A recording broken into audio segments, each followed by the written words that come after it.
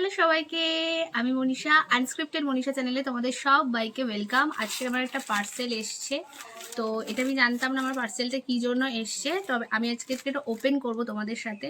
তো চলো দেখি, আমি খুব এক্সাইটেড এটার মধ্যে কি আছে। একজন আমাকে না জানিয়ে পাঠিয়েছে, তো চলো আগে দেখা যাক।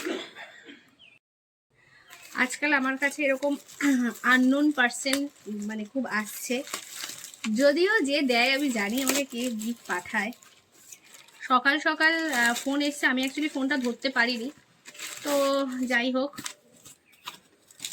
বেশ খুব ভালোভাবে প্যাকিং করা। জানি না এবার এর মধ্যে কি আছে।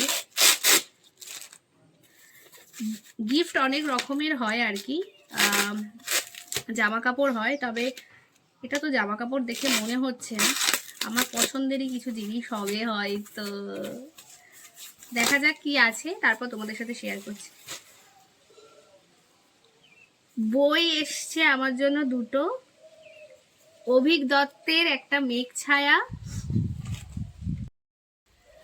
বেশ কিছুদিন ধরে আমার খুব বইয়ের ওপর বেশ কিছুদিন, এটা আমার অনেক আগে থেকে ইচ্ছে ছিল। অ্যাকচুয়ালি পড়াশুনো বা কেরিয়ারের ফোকাসের জন্য আমরা কখনো এই শখগুলো মেটাতে পারি না, তো এখন বইয়ের খুব অভ্যাসটা তৈরি হয়েছে।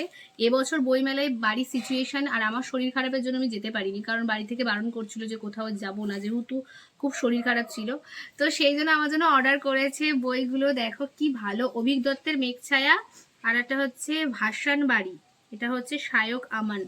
আর লেখা একদম নতুন, আমার বই দুটোর নাম চেনা না, বাট তাও যে আমাকে গিফট করেছে ভীষণ ভীষণ খুশি। Thank you Deep, thank you so much, thank you.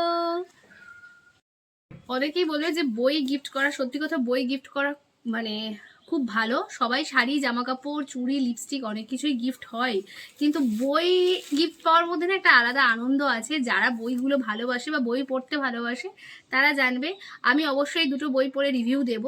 তো চলো আপাতত টাটা। ভিডিওটা ভালো লাগলে লাইক কমেন্ট শেয়ার সাবস্ক্রাইব করো, পেজটাকে ফলো করে দিও। চলো টাটা।